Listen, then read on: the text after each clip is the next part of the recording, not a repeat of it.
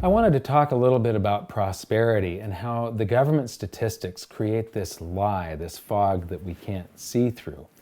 You know, I was born in 1956, and what I see is that life hasn't changed all that much when I look at the fundamental prosperity or quality of life, the standard of living. Since the 50s, it isn't all that great a change. If you go back to the 1800s, you know, we first got indoor plumbing, and that was a huge change in quality of life, not having to go out to the outhouse. Then we got we got electricity and indoor lights and the telegraph and then telephone and then refrigeration so that you didn't have to have the Iceman coming twice a week. Then we got radio and television. By the time I was born, we had all of these things. There's a couple more things that we have nowadays, like the internet delivering information to us, and we may have cell phones instead of hardwired telephones that come to the house. But basically, the quality of life, other than those two things, cell phones and the internet, is not all that different. Like I said, I was born in 1956, and recently I came across my dad's 1955 tax return. And you know, you file the year after, so this is filed in 1956 in April. I was born in February, so this is the tax return he was filing the year I was born.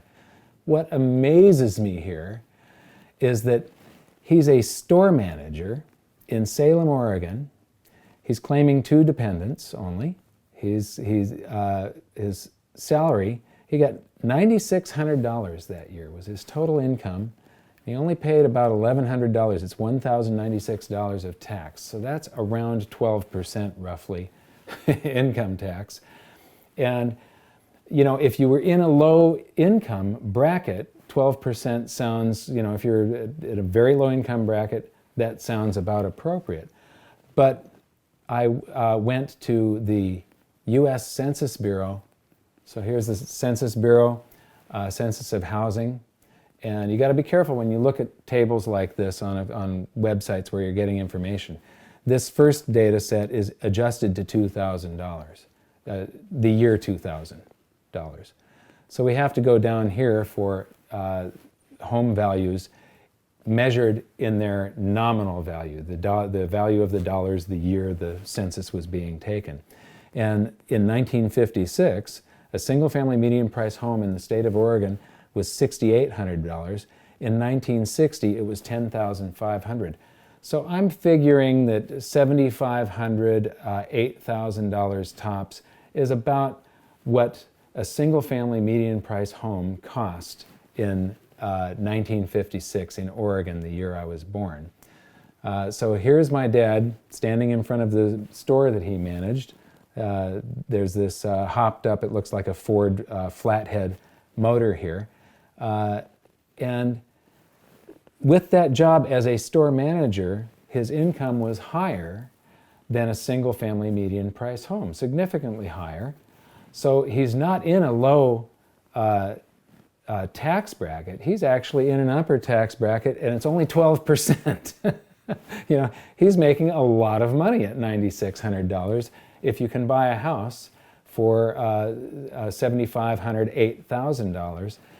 In Los Angeles, I'm not sure what a single-family median price home is, but oh, well, let's go to the Census Bureau's website and see what the year, this is the year 2000, and in California it says 211,000.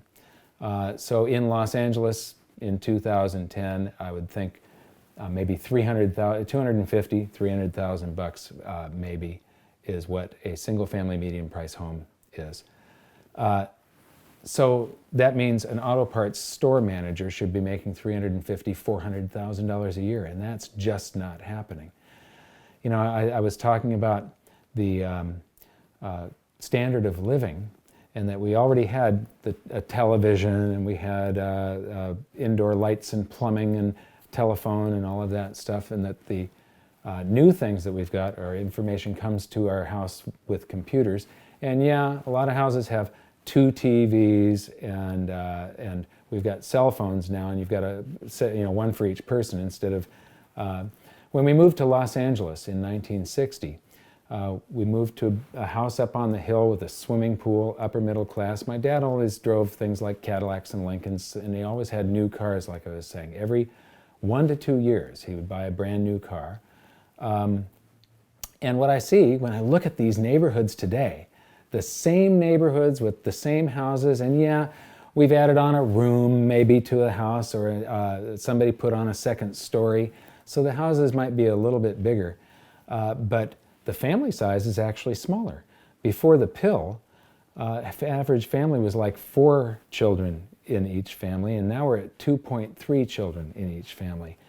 And it takes 2 income earners now to have the same 2 cars parked in front of that same house. 2 income earners working a lot harder than, back in the 1950s and 60s when I was a kid.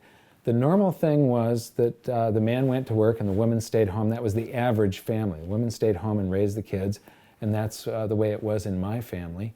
Now, both people have to work to have the same quality of life, the same standard of living. And so that's actually going backwards. You have, with 2.3 kids versus a larger family, you've got less expenses, yet 2 people have to work. You're working twice as hard, basically. And when you look at the debt loads, back in the 50s and the 60s, we didn't have credit card debt. That didn't exist yet. When my father died, the home was paid off. My mother didn't owe anything on the home. Now everybody refinances, and so the bank really owns the home. The bank owns your cars. The bank owns you. What is happening here is this is a huge transfer of wealth, and it is caused by our monetary system. It's caused, ever since we went off of gold and silver backing our currency, they've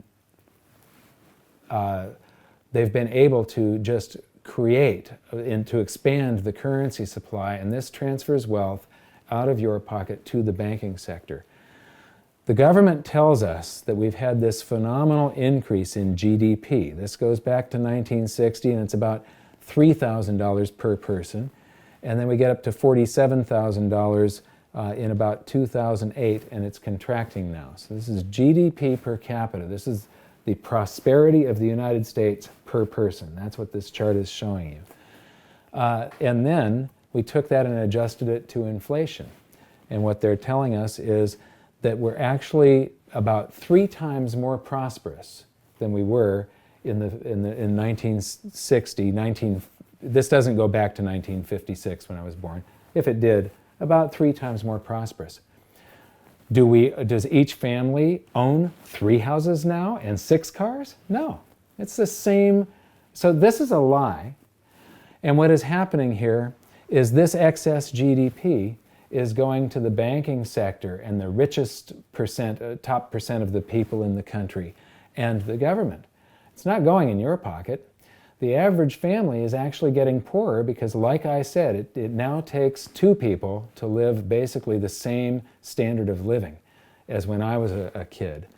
And so if you educate yourself, if you try to see behind the curtain in The Wizard of Oz here, who is that man behind the curtain?